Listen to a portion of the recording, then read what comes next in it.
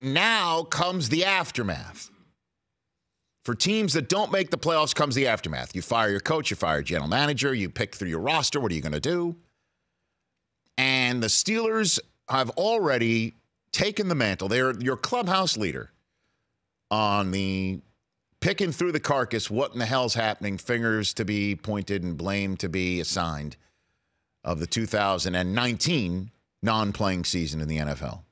And they're not even firing their coach. That's still not happening, even though Mike Tomlin, I think, for the first time, has a huge amount of blame that is being put on him more than before. Based on what we learned over the last 48 hours, I kind of made mention. There's a lot of rumor and conjecture when we came on the air on Monday, noon Eastern time in Pittsburgh. Heard a lot what was going on in Pittsburgh. Couldn't fully confirm it personally. But I pointed out that they need to check on a trade for Antonio Brown because of whatever's going on between him and his quarterback. And we found out whatever went down between him and his quarterback went down in a Wednesday walkthrough last week in advance of the Cincinnati Bengals must-win home game. That was their part of the equation to make the playoffs. They needed Baker Mayfield to beat the Ravens, and they needed to win at home. And here comes a walkthrough in which Antonio Brown is criticized for not running a hot route properly, and he throws the ball at his quarterback. And then strolls off the field. All of a sudden comes a knee injury out of all this that we still can't determine is real or not. He doesn't play on Sunday. Players were stunned to learn that Brown had an opportunity to play Sunday. Apparently from what I was told, his jersey was put on the pads placed in front of his locker. And I guess the way that Tomlin was handling it was like, okay, Antonio, if you say you can't go, look your teammates in the face and say you can't go. And I guess he looked his teammates in the face and said, I'm not going. And the only time he said, I am going, is when he took his mink coat that he was wearing and left at halftime of the game. They had to win this game to make the playoffs, and this is the way Antonio Brown walks into the facility and handles his business for the week. Certainly wasn't booming. Business was busting. And as I said on Twitter yesterday to a Jet fan saying, let's go get Antonio Brown, who, according to Jason La Canfora, has in fact asked for a trade, Big Ben can't be a day at the beach to play with,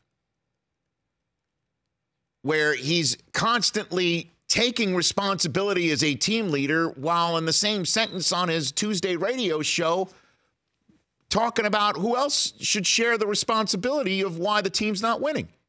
From a center that pushes a defensive lineman too deep into the end zone, where he throws a ball because his receiver didn't run the proper route, and another receiver is jumping instead of running through a route to catch a ball. And I mean, we can go on. And the X-ray machine didn't come out with a good enough of a picture about the ribs. I mean, there's always something. There's always something else. There's always someone else. There's always something extra involving Big Ben. But he still is a first ballot Hall of Famer. And if you as a dominant, highly paid wide receiver can't figure out how to get on the same page with a first ballot Hall of Fame quarterback, then why should any team acquire him and stick him with a second-year franchise-face quarterback and say, you figure it out with Sam Darnold? I mean, I don't know what the market's going to be for Antonio Brown, but I think the Steelers should figure it out unless Mike Tomlin decides to put his foot down with Antonio Brown, because the same way that he handled it apparently in Pittsburgh last week was for him to say, okay, Antonio, you say you've got an knee injury and can't play, then you tell your teammates you don't want to go. Instead of basically saying, well, you strolled off the field and throwing a ball at the quarterback on a walkthrough day and then didn't show up. As a matter of fact, according to the Pittsburgh Post-Gazette, he didn't show up to a mandatory meeting prior to the week in New Orleans where he did ball out. But at some point, there are some people in the locker room looking to a coach saying, when are you going to discipline this guy? Because I know you do the same to me. So you got a coach that you have some players looking at saying, do you have control of this situation or not? And you've got a coach basically saying, well, I'm trying to control the situation by treating them as men,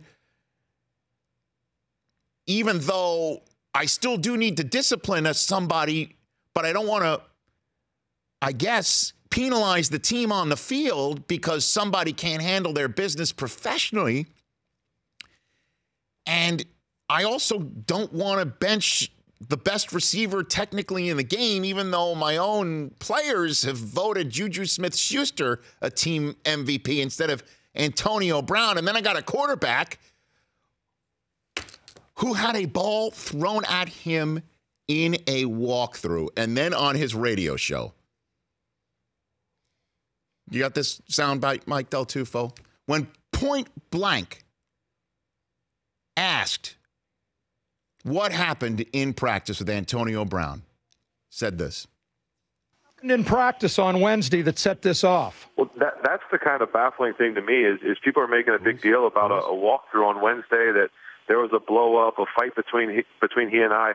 I don't know anything about that. If there was a blow-up or something, I sure as heck didn't see it. But I consider it to be one of my closest friends on the team, so I'm not really sure why or where some of this blow-up is coming from. I've reached out to him numerous times. I've called him, texted him. I know other guys on the team have too, and haven't heard back from him. But Thursday morning, he and I talked, and there was no issue. So I'm not really sure. I mean, come on. So now, look, one way you could say he's covering for the guy. What's he going to do? Come out and say, you know what? We did get into an altercation, and I need to do a better job of not calling him out, or I need to do a better job of figuring it out myself. I mean, he has no problem calling out guys at any other point of the season. I mean, a holy heck of a mess. The Rich Eisen Show, weekdays at noon Eastern on Audience.